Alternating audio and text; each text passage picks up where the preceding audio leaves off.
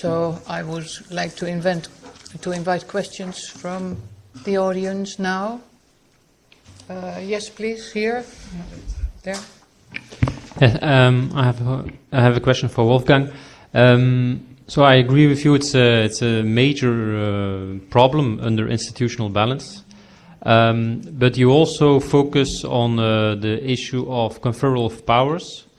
And if I understood your expose and your slides correctly, you refer sometimes to the autonomous power of the Joint Committee.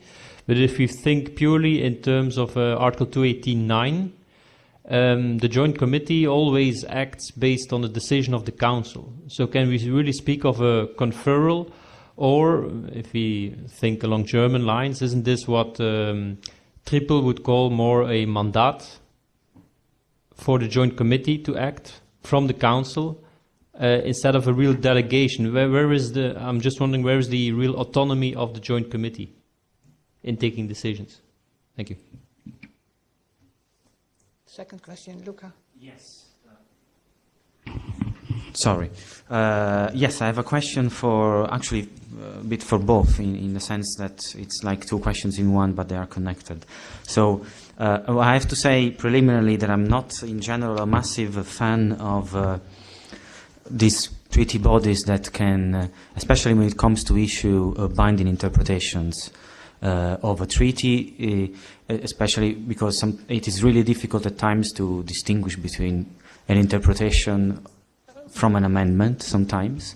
So I can think, for example, about a famous case under NAFTA in which the Free Trade Commission gathered and issued a binding interpretation concerning fair and equitable treatment. But however, there was a small detail. At the same time, one of the parties to NAFTA was the respondent state to a dispute where fair and equitable treatment was being litigated. So I think that really raises questions on justice and fairness in general, because you can interpret away a dispute by essentially issue such a binding interpretations. But I wonder, so this perhaps is more for Emmanuel, if there is any rule in CETA or other agreements on the effect of such binding interpretations on pending disputes or pending issues, so to speak. Then the second question is, it's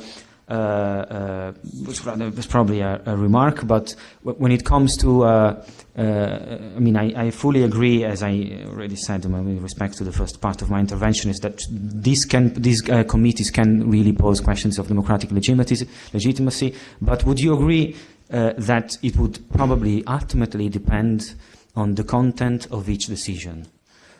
Rather, and whether or not, the content of such decision can possibly perhaps be subject to even judicial review by the Court of Justice. Yes, go ahead.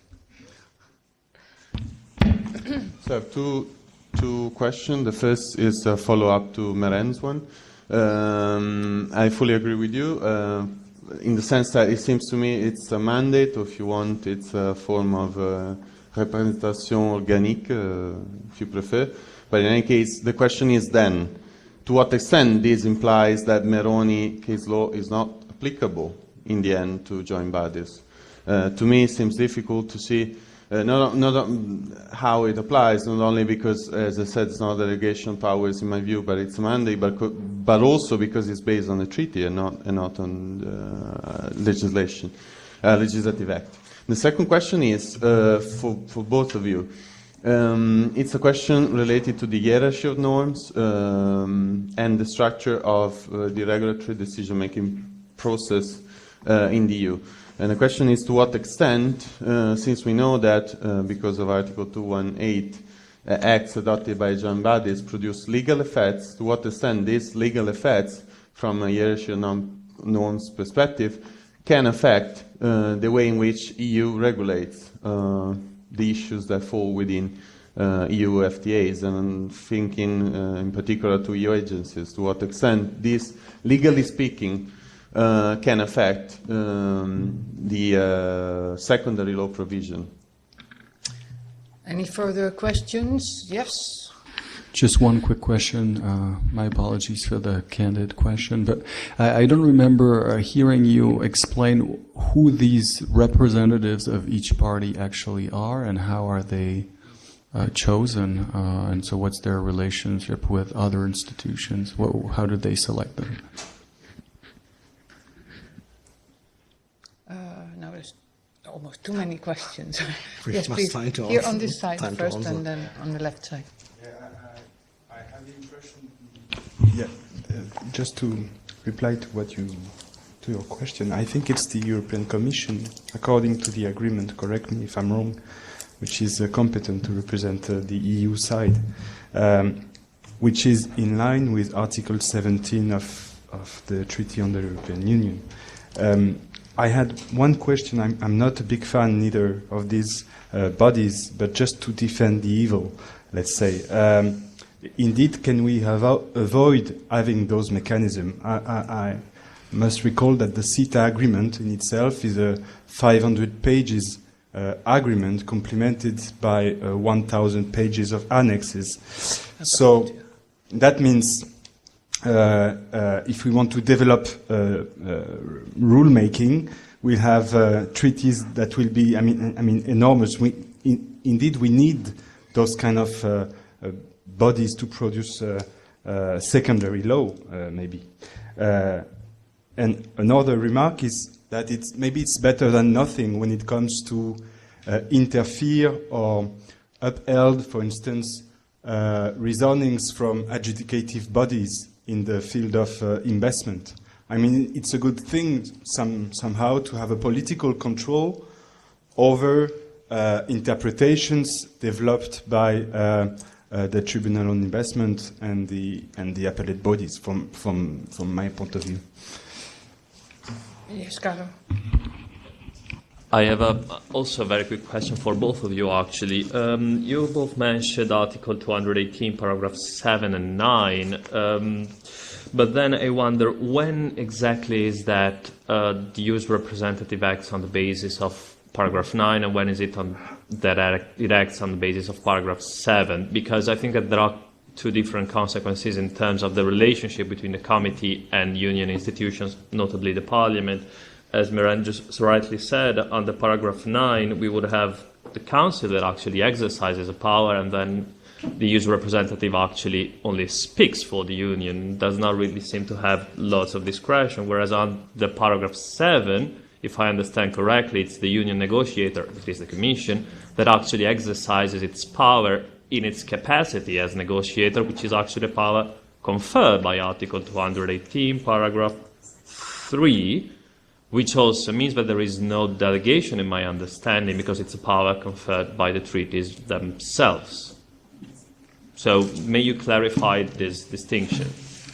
Thank you very much. I see no more hands in the air, so this is the last question I have allowed. If you have any regrets, then we can always pose more questions during the break. Who wants to start with answering the questions? You want to?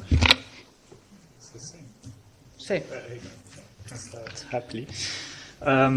So the first question, who are the members? So that's the very basic question, but important. In general, drafting might change from agreement to agreement, but in general, the expression used is representative of both parties. So that's very broad, and that's the kind of flexibility I was referring to when I said, after all, it's up for the EU party to decide. It's not important that member states have formal membership. It's more about participation generally, and then it's more for the EU party to decide. That could also mean member states' representative. In CETA, actually, it is true that for the joint committee, it is the EU itself and Canada. So not the EU party as a whole, but the EU and Canada. Not precisely the Commission, arguably, normally the Commission, but maybe there's also some scope, even in that case, to say that member states can be EU representative, even in the sense of representative of the EU in the CETA Joint Committee. A second question I'd like to address is the issue of hierarchy, which is a quite important and central one. There is indeed some idea of hierarchy. It seems that, it seems to me at least, that there is some constitutional basic limit to the exercise of competencies, even in external competence. That's the basic idea which was at the basis of both presentations. Then there is a big uncertainty on the exact content of those limits, and that's where I said that there is scope for judicial policy, because the court could be, particularly the European Court of Justice, could be particularly willing to develop those limits, and so to develop hierarchy within EU primary law or not. To what extent can this rule affect EU regulation? Well, I'm afraid that we really have to look provision by provision. That is more or less what you try to do with some specific provisions of CETA. There's not just the general problem of legitimacy, of political legitimacy. We'll have to look one by one, these provisions, to check whether there is or not an encroachment on legislative powers. After all, I think that I agree with your remark. It's even if there is some, and I'm not totally convinced that the presented examples are really examples of encroachment on legislative powers, properly speaking. If there is some, it's maybe necessary evil. So it's a long and detailed agreement, and we still need to cope with it, provided that there is political control, and then political also counter powers to deal with oversight on those who are in the committee. The distinction between paragraph 7 and 9 of Article 218. Actually, paragraph 7 intervenes at the stage of the conclusion. So it is an empowerment which can be given to the negotiator, generally the Commission, to modify the agreement. So after it is concluded, to modify it. And for example, in the Council decision concerning the Korea agreement, the Commission was authorized to approve modification on geographic indications, and even with strict limits to terminate the entitlement to cultural co-production, so that it's generally very specific. As I said, this provision is rarely used. When it is used, it is very specific. And the second example, entitlement to terminate cultural co-production, is an interesting one, because in that case there is a specific procedure which takes into account the fact that that goes beyond EU competence, so that member states must also be consulted in that procedure. On the other hand, paragraph 9 is indeed a procedure concerning decision on how the agreement is managed within those councils, within those committees. So that's after the conclusion of the agreement. Finally, the question concerning the power of interpretation. Is there anything concerning pending issue? Well, not precisely, but there is something equivalent, both in TTIP drafts and in CETA.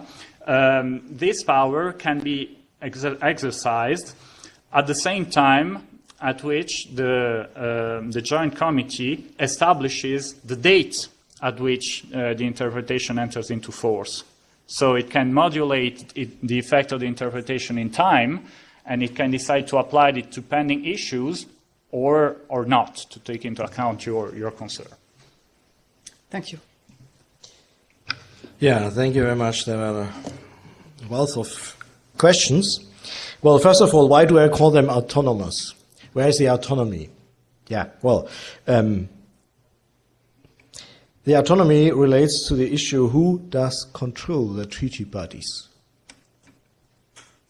Of course, we can see that as a mandate, and I also see it as a mandate, but any mandate must have controls, there must be substantive and procedural limitations. And I find that these substantive and procedural limitations to the mandate in paragraph 9 are underdeveloped. They are underdeveloped the closer these decision-making competences come to general abstract rulemaking. So, of course, we have to differentiate depending on the content of each decision. As I said, as long as we are, as long as we entrust decisions to them on technical issues, like determining the remuneration of the ICS members. That's a technical issues. Why should we need to ask the Parliament for that? Yes, no problem. But we have so many individual decision-making cases, so we have to analyze them step by step, individually. And I have done that and came up with this list of where I see that this is, here we have really problems. Because that goes to general abstract rulemaking. You can call it legislation, you might not call it legislation. At least if you think of, for example, Article 21.7, paragraph 5. So this article is about the exchange of product warnings between Canada and the European Union. So we have a regulation on that internally for our product warning RAPEX system within the European Union, regulation from 2001. This is, so to speak, nowadays a legislative act adopted by Parliament and Council. So when the CETA committee now determines the conditions for the exchange of product warnings, that of course might require and will require an adaptation of this legislative instrument. So Parliament has to finally implement, as a consequence of that rulemaking in the decision-making body, in the treaty body, implement and change the regulation 2001. I don't remember the number, but it's from 2001. So that is clear to me that that has an impact on internal legislation without the Parliament having any say on that. We have a mandate. Yes, of course, we have a mandate. And the mandate only says, well, you have to fix the conditions and you should address confidentiality and protection of fundamental business information. But here we start with a problem. To protect confidentiality and business information is the one public aim. The other public aim is, of course, to issue warnings that are effective. So you have to reconcile different policy aims. And that is actually something that I would like to have the Parliament involved in, and not a treaty body, which of course does only, for the European Union side, implement what the Council says, yes. But the Council... Can Emmanuel just briefly comment on this? 10 seconds, he said. Yes, it was about the RAPEX example. So that's, as you can see, the devil is in details, because I'm not sure that it's a good example of that, because condition for the exchange of product warnings doesn't necessarily mean that you have to change the RAPEX system. So but in the implementation of it. But not necessarily, because it's the condition to exchange information. So RAPEX is about how you collect it. Now, of course, it might have an indirect difference, but that you can very easily have different condition of exchange than condition for collection. Yeah. But that is exactly what I mean. We are not sure whether that might not require. Sure. Yeah, it might or might not. So we have a broad mandate which does not enforce a clear limitation.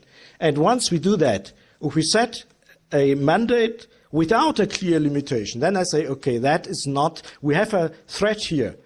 It might realize, it might not materialize. Of course, maybe everything goes fine, and these committees, they only adopt very harmful, harmless, easygoing decisions. But we are not sure about that. Once that is started, and it starts with the provisional application, we do not know what are the ideas finally that will be adopted in these decision-making bodies. Even though, of course, we can trust in the Council. The Council must adopt the position. But the Council, to whom the Council is responsible, not to the Parliament. The Parliament has no control about the Council. We need a break at some point. Yeah, so sorry, there are even more issues which I would like to have answered, but, well, maybe in the...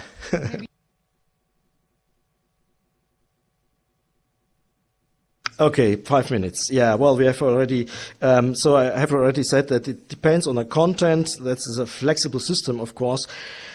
Is Moroni applicable or not? Well, of course, what I can at least, well, not literally.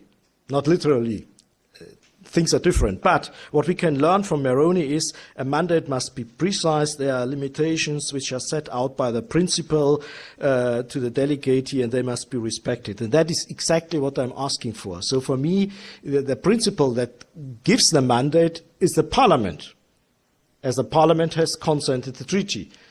And so the parliament, of course, must take care that the limitations are set out clearly, and that is not yet the case with those few, I concede few decision-making competences. Yes. Can we avoid that mechanism? Not completely, of course not. I do not say that we have to avoid that. No, of course not. But you have to restrain it to the implementation cases, and we have to be careful with entrusting general abstract rulemaking to such bodies without parliamentarian control.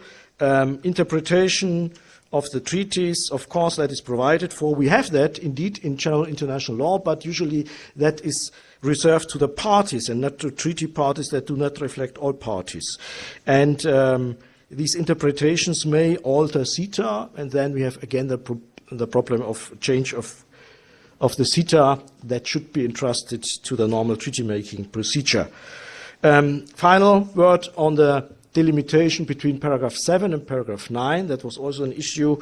Well, as I said, paragraph 7 is a simplification of the simplification, so to say. That is exactly a phrase from a quote from one of the general advocates. Well, under paragraph 7, we have a mandate in advance to the Commission. Of course, the Commission is the negotiator, but here the Commission is granted the power to adopt bindingly and ultimately binding subsequent changes of the CETA text. And when you look to the Council decision on provisional application, there's only one instance with regard to amendments to, I think it's Chapter 20, Annex 28, where the Council gives this mandate to the Commission already in this decision. So that is always defined in a Council decision, as opposed to paragraph 9. There's no definition of that. It's just the internal implementation of the treaty body's competences. Okay, thank you.